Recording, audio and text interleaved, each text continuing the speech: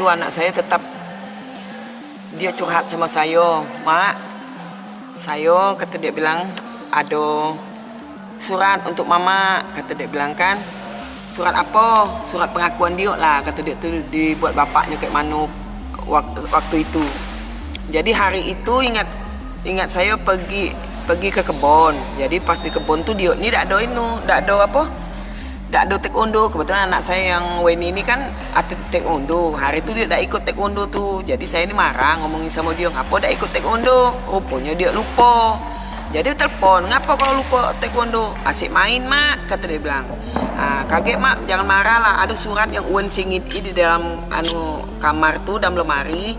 Untuk mama, surat apa tu? Tak mau dia ngomong, tunggu mama balik. Baik kaget kita cerita, kata dia. Pas balik ke rumah tu, dia tetap ambil gebuk dia tadi.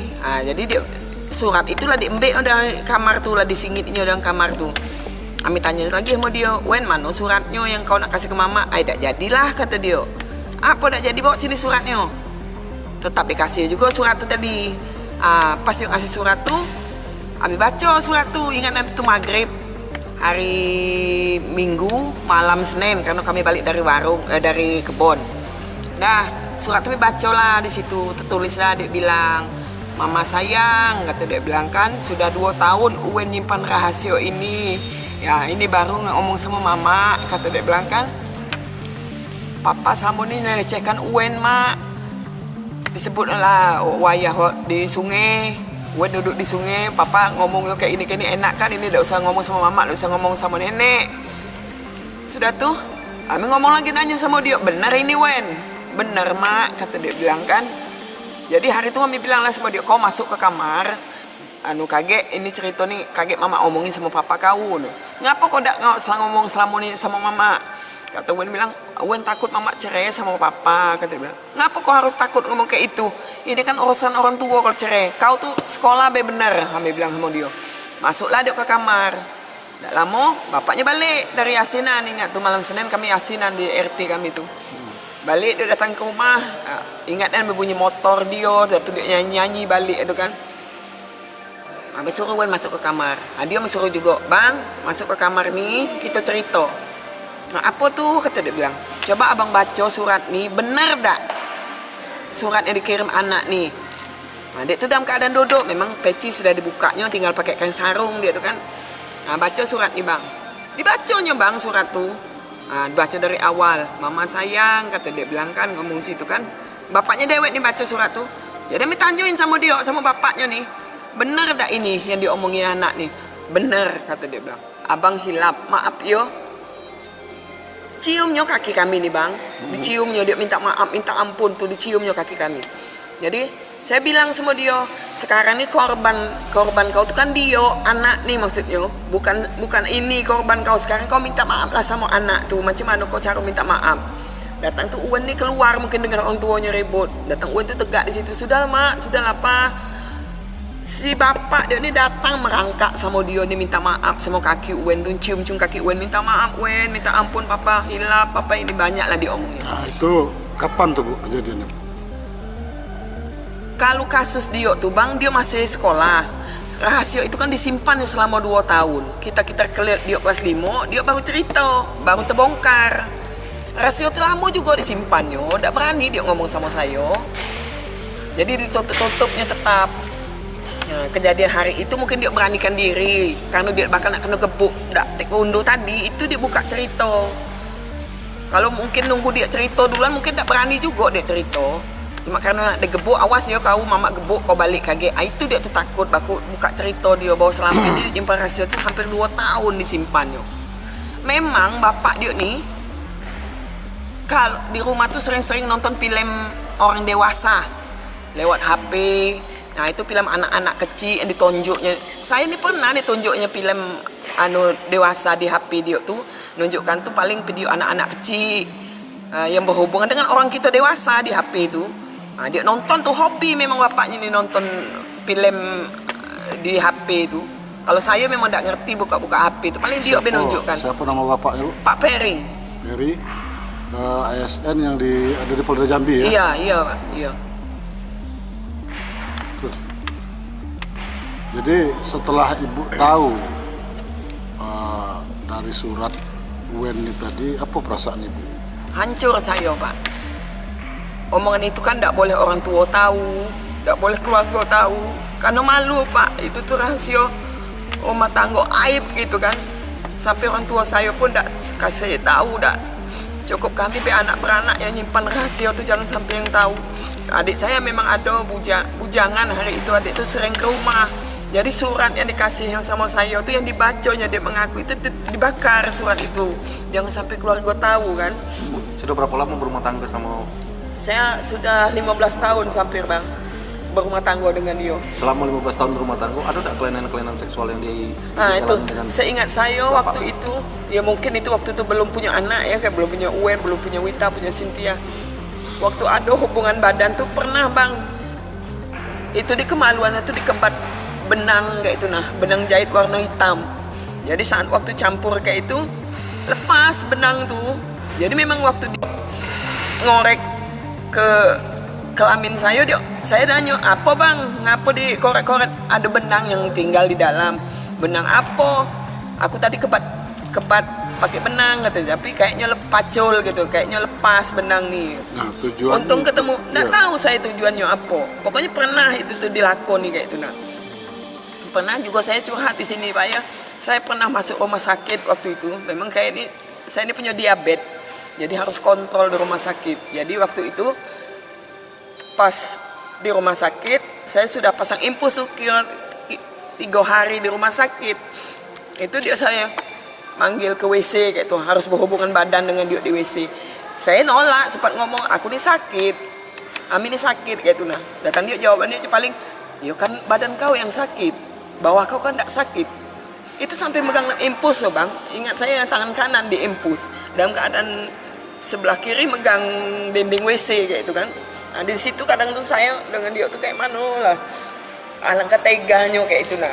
Kadang-kadang berhubungan badan tuh ada juga, Bang, sering kali kadang saya tidak sanggup lagi, kadang mau ngomong sambil ngisi TTS saya nih, melakukan hubungan badan sama dia tuh, melakukan TTS, ngisi TTS. Kadang pun isi TTS pun saya sempat nanya sama dia, apa isi TTS-nya, apa isi nih Bang. Nah, dia jawab pertanyaan kayak itu tuh, cuman dia masih ngelakuin hubungan badan tuh sama kita. Dianggapnya ada nih kita nih, terserah nak kayak mana kita nolak, kayak mana. Maaf ngomong, kadang-kadang kita haid be masih juga, Bang. Mana bisa dia stop ngasihkan istirahat tuh. Kadang kita 5 hari be kena haid be, 3 hari sudah tidak mau dia tidak mau tahu gitu, nah. Pokoknya kita harus ngeladeni dia gitu, nah. Berarti Ibu tahu kalau selama ini dia tuh ada kelainan seks, Bu? Kalau ngatukan kelainan seks mungkin di saya dibuat macam itu, tapi kan saya tidak nyangko ke anak-anak sampai ke situ merembet yo. Kalau ngatanya Uwen Bay yang ngomong bahwa dia pernah dilecehkan, kan anak yang lain kena juga. Nah, terus sekarang Pengakuan ini, anak-anak saya semuanya kena. Saya punya 3 anak cewek loh, Bang, dari itu dia. mengakui semuanya ya, apa yang sudah diperbuat papanya sama mereka gitu. Anak-anak sudah mengakui semua. Dari si Buennya, Witanya, Cynthianya itu ngakuin semua. Saya tidak bisa berbuat apa-apa, Pak. Mungkin saya orang tidak sekolahan. Kedua saya nih orang susah. Saya mungkin dia itu merasakan apa? Dia yang cari duit karena saya di rumah.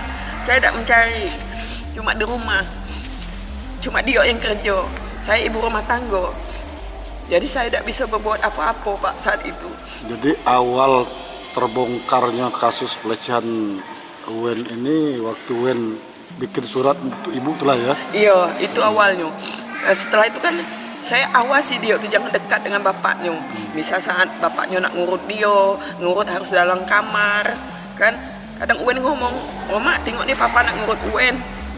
Aku kan ngurut kau, udah ada ngapa-ngapain kau. Ya papa tuh ngurut itu jangan sampai ke dalam-dalam." Misalnya Uwen ngomong kayak itu, paling saya ikut ngomong sama dia, janganlah buat anak kayak itu, anak tuh lah gadis lah besar. Nah aku nih cuma ngurut baik, tidak ada buat apa-apa, paling bantahan dia kayak gitu baik. Nah, jadi setelah kasus ini bergulir, Bu, udah viral nih ya. Nah, apa harapan Ibu ke depannya untuk pelaku? Kemanapun, ke siapapun, saya kurang ngerti minta pertolongan ke siapa. Cuman untuk siapapun dan dimanapun saya minta tolong bantu saya untuk dukung anak-anak saya. Sebenarnya kalau tak kuat saya yang lebih tak kuat Pak. Anak saya 3 loh dibuat kayak gitu semua. Sudah bertahun-tahun. Apalagi anak yang ngalamin mungkin ya anak tidur pun mungkin gelisah nak mikirkan bapak dia nak ngadukan ke siapa. Itu dulu bodohnya kami. Saya akui saya ini bodoh Pak. Tak ngerti hal-hal kayak ini. Cuma saya minta doa dan dukungannya pada semua orang. Dukunglah kami, bantu kami. Aku tak tahu kemana lagi minta bantuan Pak. Tak tahu caranya saya Pak. Nah, jadi untuk harapan Ibu ke depannya nih kepada pihak penegak hukum Ya. di Polda Jambi maupun di Mabes Polri sana, apa Bu? Saya minta kepada Kapolda Jambi, dengarkanlah cerita-cerita kami. Dengarkanlah keluh-keluh kesah anak nih. Minta dibantu, ditolong. Biar cepat ya, prosesnya semuanya. Jangan biarkan bapaknya kayak gini. Mungkin kemarin di hari-hari kemarin mungkin dia merasa wah tak bisa ngapa-ngapa karena tuh dia bodoh. Mungkin saat ini dengan bantuan kalian semuanya bisa bantu nerangkan berita nih, diperjelas, dibantu ya saya Pak Kapolda, khusus Kapolda Jambi. Tolong saya Pak, tolong bantu anak-anak saya Pak. Kemana saya nak minta bantu kecuali ke Bapak. Saya ni orang bodoh yang nak sekolah Pak. Saya memang sekolah cuma SMP loh Pak. Bantu saya Pak dengan anak-anak saya Pak. Kasihani kami orang susah Pak. Dah ya. Terima kasih banyak Pak. Kan pikir Wen kan papanya udah berubah, jadi Wen sempat waktu itu kayak mikir udahlah papa dia udah berubah gitu. Nah kan udah lama juga kan kejadian dari Wen kecil kan. Jadi di 2015 itu adalah istrinya ngajakin tidur di rumah dia. Wen lupa daerah mana waktu itu karena dia istri papa yang baru, yang baru, si Bunda. Bilang mau tidur nggak tempat Bunda gitu. Terus Bunda bilang papa nggak ada kok di rumah, papa lagi piket. Waktu itu papa belum di Polda, masih di Samsat Talang Banjar. Kan dia waktu itu ada piket malam lah kan di situ di Samsat itu. Jadi nggak tidur di rumah. Jadi posisinya di situ Wen, si Wita, adik Wen, sama Bunda yang tidur di rumah itu. Udah tidur kan Wen di situ. Nah, terus papa kan balik pagi karena kan papa piket kan malam kan begadang kan. Jadi papa tidur di rumah waktu itu. Udahlah kayak biasalah di rumah. Bunda masak, terus karaokean di rumahnya dia kan. Terus pas sore itu pas mau pulang, jadi dalam kamar nih papa tuh posisi dalam kamar itu Wen, Wita, adik Wen, Bunda, istrinya papa, sama papa berempat kan di situ. Nah udah berempat itu di kamar, papa dia lagi sholat asar. Wen lagi pakai jilbab waktu itu kan papa sholat di sini. Ini ada lemari gede kan, ada kacanya. Pakai kerudung lah Wen di situ kan, sambil berdandan lah Wen ingat waktu itu. Terus adik Wen ini juga mau pakai kerudung. Pas adik Wen mau pakai kerudung itu, mau pakai dalaman kerudung kan, mau pakai ciput. Terus karena ciputnya nggak ada di kamar itu, Bunda ciput mana, kata Dewan bilang ada di kamar sebelah. Jadi ada kamar lagi satu kosong tempat dia naruh pakaian-pakaian yang belum dilipat gitu kan. Nah dicarilah sama Dewan ke sebelah kamar itu. Terus sama Dewan tadi nyari nggak ketemu. Karena nggak ketemu itu teriak kan Dewan dari kamar itu, Bunda ciputnya mana gitu, kok nggak ada gitu kan. Udah tuh kan karena nggak ada, Bunda Wen ini tadi nyusul ke kamar sebelah, ngikut adik Wen nyari ciput itu. Jadi kan posisinya kan di kamar ini jadi Wen sama papa doang nih berdua nih kan. Nah, papa tuh lagi sholat, berhenti papa tuh sholat, megang-megang Wen. Sambil megang-megang itu dia bilang, oh kau sekarang sudah besar yo kau, kata dia bilang kan. Nenek kau sudah dipegang-pegang lah sama laki kau, sudah kentot-kentotan lah kau dengan laki kau. Kayak gitu dia tuh megang-megang Wen tuh kan. Terus karena pas bunyi langkah kaki, kan istrinya tadi kan di kamar sebelah kan, bunyi langkah kaki istri yang tadi mau ke kamar itu lagi, langsung cepat-cepat dilepasnya Wen. Pas dia lagi megang-megang itu dilepasnya Wen kan, langsung dia pura-pura balik sholat lagi. Hari itu tuh Terus kan Wen waktu itu ngadu, Wen bilang sama adik Wen, hari itu Wita, Wen bilang kakak diginiin, Wen bilang gitu kan sama Wita. Terus adik Wen ini ngadulah ke keluarganya papa, ke adik beradiknya papa kan.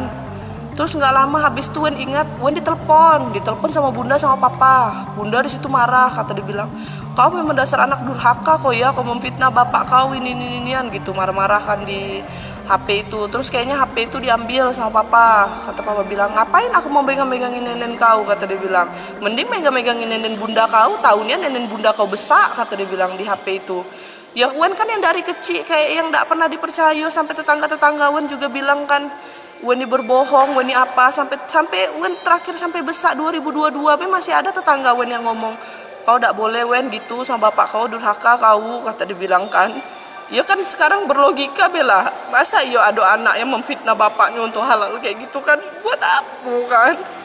Terus apalagi sampai Wen viral nih, Wen berharap Wen telepon mama Wen waktu itu. Wen bilang kan, mak, Wen bilang, aduh dak apa nelpon, Wen bilang kan, nelpon apa bertanya kayak gitu. Nah nanyo ke mama, maksud Wen tuh, maksud Wen kan ini sudah viral. Terus kan dia tahu nih korban-korban yang lain pun pada ngomong gitu kan, bukan Wen baik kan. Berarti korbannya bukan Wen baik? Bukan, jadi korban Wen tuh adik-adik Wen pun. Terus anaknya Aibtu Desman yang kasus penelantaran anak ini nih. Nah, itu kan kasus yang penelantaran anak ini KDRT.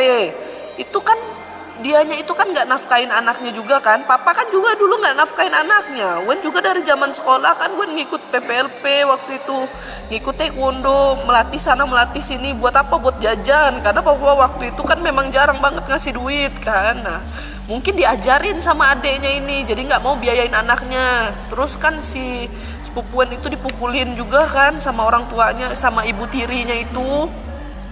Cuma karena dia main ke rumah Datuk di Lebak Bandung tuh marah, kata dia bilang, kau mau ngadu domba inian, kata dia bilang, ngadu domba Mimi sama mama kau, kata dia bilang. Padahal kan anak kan diputuskan silaturahminya waktu itu, yang adeknya juga diinjek-injek kepalanya kan. Terus nah Wen ini waktu itu kan Wen tuh sudah capek lah kan, jadinya dia nuduh terus gitu kan. Nah, jadi Wen tuh banyak diam lah waktu itu, udahlah gitu kan. Kalau orang tidak percaya terus sama Wen kan, kayak yang sekarang aja Wen baca-baca pas video-video Wen viral ini kan, sebenarnya tuh nggak niat mau video-videoin, mau viral-viralin itu, cuma kan karena Wen ini kan sepupu Wen duluan kan yang bikin laporan kan. Siapa nama sepupu Wen? Sepupu Wen Dila, anak Aibtu Desman itu. Kasus 3 kasus kan, penelantaran, KDRT sama pelecehan seksual.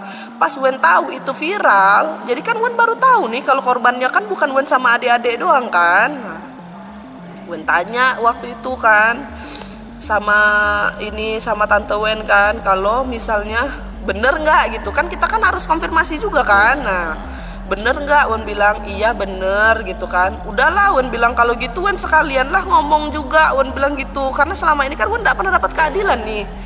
Karena gini kan, pelaku ini kan papa Wen sendiri.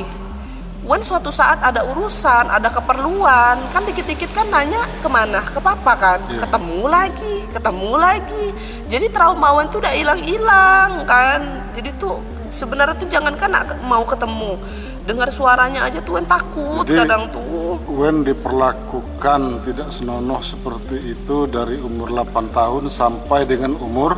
Sampai 2015. Wen 18 tahun. 18 tahun umurnya.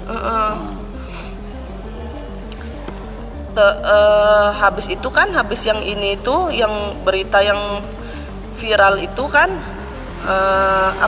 pas Wen udah konfirmasi ternyata benar kan, Wen baru tahu nih kalau korbannya kan banyak kan, bukan Wen doang kan. Nah, terus Wen cari-cari tahu lagi lah ke sepupuan yang lain, Wen telepon nanya lagi gitu kan, Wen memvalidasi lagi bener nggak gitu kan. Nah, ternyata bener, Wen telepon juga tuh bener, iya kak aku juga, ini juga gitu kan. Nah, pada kena semua. Terus pas viral itu memang adek Wen yang entahlah mungkin udah greget juga kan, biar sekalian kepalang tanggung kata adek Wen bilang. Nah, biar sekalian ini, biar pada tahu kata adek Wen bilang, jangan dari dulu dibilang berbohong terus dibilang anak durhaka terus kata adek Wen bilang kan. Siapa nama adik Wen itu? Wita. Wita ya. Wita ini diperlakukan sama seperti Wen. Sama, ya? cuma nggak Oleh sebanyak papa, ya? Wen. Kalau menurut pengakuan dia itu ada 1 kali gitu waktu pas dia kecil. Kalau adik Wen yang bontot itu, Wen dia mungkin nggak bisa nggak inget karena pas kejadian dia itu dia masih umur 3 atau 4 tahun gitu, masih pakai pampers adik Wen tuh. Sudah diperlakukan seperti itu juga oleh papa. Wen yang lihat, kadang dia tuh suka nyenterin itu punya adik Wen tuh kan, di senter. Terus ntar dipegang-pegang, ini apa ya, pokoknya kayak dibuat kayak main-mainan. Jadi namanya anak kecil kan ngikut aja kan jadinya kan. Nah, ntar bisa pegang-pegang gitu, dicium-cium tangannya gitu. Wen juga dulu pernah ditelepon sama dia waktu itu pas Wen udah nikah. Wen kau di mana? Kata dia bilang kan, di rumah mertua Wen lah. Wen bilang, laki sama mertua kau mana? Mertua Wen adalah tidur. Wen bilang, kalau laki Wen lagi masuk malam, piket malam. Wen bilang, kau bisa dak kesini? Papa lagi piket nih di Samsat. Kata dia bilang, kalau kau kesini tapi diam-diam be, jangan bilang mertua kau sama laki kau. Kata dia bilang, biar di sini ntar kita bisa cium-ciuman. Kata dia bilang, ntar papa kasih duit lah. Kata dia bilang. Sampai ngomong gitu papa ya? Nelpon. Waktu itu nelpon Wen. Udah pas sampai yang viral itu kan Wen kan ada nanya sama tante Wen kan, Wen bilang kan Dila kan yang ngaduin kasus pelecehan ini, nggak mungkin kan. Wen bilang bahwa Wen juga. Wen bilang gitu. Terus kan Wen nunggu nih Polda manggil Wen nih. Nggak ada panggil-panggilan waktu itu kan. Nah terus kan Wen nanya terus perkembangan, ada nggak teh? Belum Wen. Ada nggak teh? Belum Wen. Nah entahlah adek Wen greget atau gimana kan masukin video itu kan. Tante Wen sempat nelpon lah minta maaf ke Wen. Wen maaf ya kok jadi viral, kata tante Wen bilang gitu. Ya Wen bilang lah enggak kok teh. Wen bilang kan memang adek Wen yang masukin. Waktu itu pertama kali viral itu video dari akun Dark News, itu dari Facebook terus ke Instagram terus nyebar habis itu kan. Nah setelah itu berita itu meledak 14 Januari. Wen ingat dari jam 8 malam lah kalau nggak salah meledak berita itu. Di tanggal 15 Januari paginya jam 7.30 baru Wen ditelepon orang Polda. Kalau nggak salah waktu itu Pak Christian Kasubdit 4 PPA Polda Jambi waktu itu nelpon Wen suruh hadir, sama Brigpol Yosi nelpon Wen waktu itu suruh hadir ke inian. Terus Wen bilang kalau langsung hari ini nggak bisa karena waktu itu posisi Wen lagi di Purwakarta, nggak bisa Wen langsung hadir kalau dadakan. Gini aja Bu, Wen bilang kan, Wen pasti hadir, Wen bilang gitu. Cuma nggak bisa hari ini, Wen bilang kan. Tapi kalau buat kepentingan ini Wen pasti dateng, Wen bilang kan. Dalam minggu-minggu ini, Wen bilang gitu. Dari Purwakarta waktu itu di tanggal berapa ya? Lupa Wen. Pokoknya di hari Sabtu itu tuh datang Wen, terus memenuhi panggilan Polda di hari Seninnya. Baru Wen nongol di Polda waktu itu. Udah, Wen mau bikin laporan di situ. Cuma kan sebelumnya Wen sudah mau masukin laporan ke Mabes Polri. Cuma kan sekarang itu status berkas Wen itu masih incomplete karena alasannya bilang kesalahan alamat lah, gedung lah, apalah gitu. Padahal waktu itu ada 3 berkas yang dikirim ke Polda. Berkas atas nama Dila, berkas atas nama Wen Permata Akuini, sama adik Wen Permata Akuita. Si Dila nyampe berkasnya ke sana padahal alamat yang dikasih sama loh. Nah punya Wen sama si Wita ini nyangkut, masih statusnya sekarang di resi itu incomplete. Jadi maksud Wen ini kan kepengennya bikin LP udahlah di sini aja di Polda, biar yang di sana kan karena belum diterima Polda. Polri, Mabes Polri ya. Karena belum diterima di Mabes Polri kan berkas Wen tadi, biarin aja yang berkas ke sana Wen batalin, biar Wen bisa bikin laporan di sini, bener kan? Karena kemarin kan katanya kan nggak boleh bikin laporan di Polda lagi, karena laporan ke Mabes Polri udah Wen kirim, tapi kan statusnya belum diterima. Jadi rencana Wen mau bikin laporan di Polda Jambi Kamis ini bareng sama si Dila, karena Dila kan juga disuruh bikin LP lagi kan. Maksudnya biar barengan itu sekali lagi di sana. Jadi untuk harapan Wen ke depan ini dengan pihak Polda atau Mabes Polri gimana nih? Kalau buat Polda Jambi sama Mabes Polri, ya Wan pengennya ini cepat diusut lah gitu. Karena Wan juga kemarin udah tes psikolog juga Wan kan. Nah disuruh ngegambar ini tuh. Kata orang psikolognya, Wen kau kata dia bilang kalau ada orang yang ngomong bilang kau mau cari pamor apa segala macam, enggak Wen, kata orang psikolognya, ini tuh kau tuh udah jelas kena, kata dia bilang kan. Ya kan kita nggak tahu kan kalau orang psikolog kan yang ngetes kan, nggak tahu sampai Wen dibilang ibu izin ya ngambil gambar Wen, kata dia bilang kan. Ya Wen bilang kan yang hasil gambar Wen itu dipoto ulang. Terus dia ngomong gini, kata dia bilang, Wen kau nggak bisa loh harusnya tes psikolog ini 1 kali sesi, kata dia bilang, karena kau di korban terlama, kata dia bilang kan, kau harus di hipnoterapi, diapain gitu biar sembuh nak, kata dia bilang kan, jangan berlarut-larut terus kayak begini, kata dia bilang, karena ini tuh ntar jadinya tuh kemana-mana, kalau misalnya, apalagi Wen sekarang punya anak, kata dia bilang kan. Pasti ke anak tuh overprotective memang. Iya Wen anak Wen nggak pernah main keluar kan, memang Wen kurung terus di rumah. Kenapa bagi Wen kejahatan seksual tuh ada di mana aja. Wen bilang ke anak Wen masih yang kecil-kecil, Wen bilang Dek, Wen bilang Diesel Daren, kalau ada yang nyentuh bagian Diesel Daren baik pantat, Wen bilang baik yuyungnya, Wen bilang kan tanpa si izin Diesel Daren kadung mama, Wen bilang kan, karena bagian itu yang punya hak tuh Diesel Daren bukan orang nak, Wen bilang. Sampai begitu Wen ngomong sama anak-anak juga kan. Udah tuh. Terus Wen berharap juga buat bunda juga. Wen tahu, kalian tahu agama semua sekeluarga, sholat nggak pernah tinggal, makanya masih ada yang ngomong Wen memfitnah orang tua segala macem. Karena bunda aja, maaf nih Wen bukan melecehkan, bukan inian ya, bukan mengarah ke menggiring opini atau apapun. Memang bunda tuh kerudungnya panjang, kelihatan orang sholat terus, ini terus. Maksud Wen kalau dulu bilang Wen memfitnah, bukalah matanya. Sekarang korbannya tuh banyak. Nggak ada anak yang mau memperburuk, memperjelek bapaknya tuh buat apa Wen? Dibilang Wen, iyalah bapaknya sekarang karirnya sudah bagus, makanya bapaknya anaknya mau ngancurin karir bapaknya. Wen tanya, bunda pun pasti merasa apa selama ini benar adanya, kalau benar menafkahi kami untuk buat sekolah segala macam. Enggak. Mau sebagus apa karir papa tuh nggak ada yang benar-benar gini kan anaknya. Nih kayak adek Wen sekarang ikut Wen kok yang buntut. Karena apa? 300.000 3 bulan sekali. Bunda pasti tahu. Jangan selalu tutup-tutupi papa terus.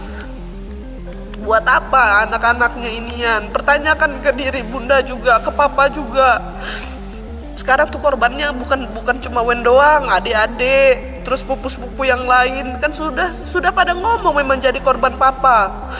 Seenggaknya terketuklah hatinya, bertanya, bener nggak kelakuan suaminya kayak begitu? Wen juga selama kasus ini viral, Wen berharap papa ada nelpon, ada apa? Karena sejujurnya sebelumnya Wen masih buka pintu maaf. Wen mau berharapnya papa ada nelpon, ada ngedatengin mama ke rumah gitu kan. Seenggaknya kalau malu minta maaf ke anak, mungkin lewat mama minta maaf. Tanya ke mama. Mungkin di saat itu kalau mama yang ngebujuk Wen, sudahlah Wen, kasihan gimana pun papa kau. Mungkin Wen berhenti, tidak jadi Wen ngelanjutin ini dah. Tapi apa? Papa malah bikin statement bilang saya dipitnah, tidak ada pernah ngelakuin itu. Ke orang-orang lain juga ngomong kayak gitu. Papa kira nggak ada orang yang nyampein ke Wen. Ada. Jadi jangan kira Wen ini nggak dapat info, nggak dapat apa. Ada aja orang yang nyampein ke Wen. Seenggaknya Wen minta papa tuh jujur lah, merasa bersalah maksud Wen. Jangan biar orang nggak ngira Wen nih berbohong terus, memfitnah orang tua terus.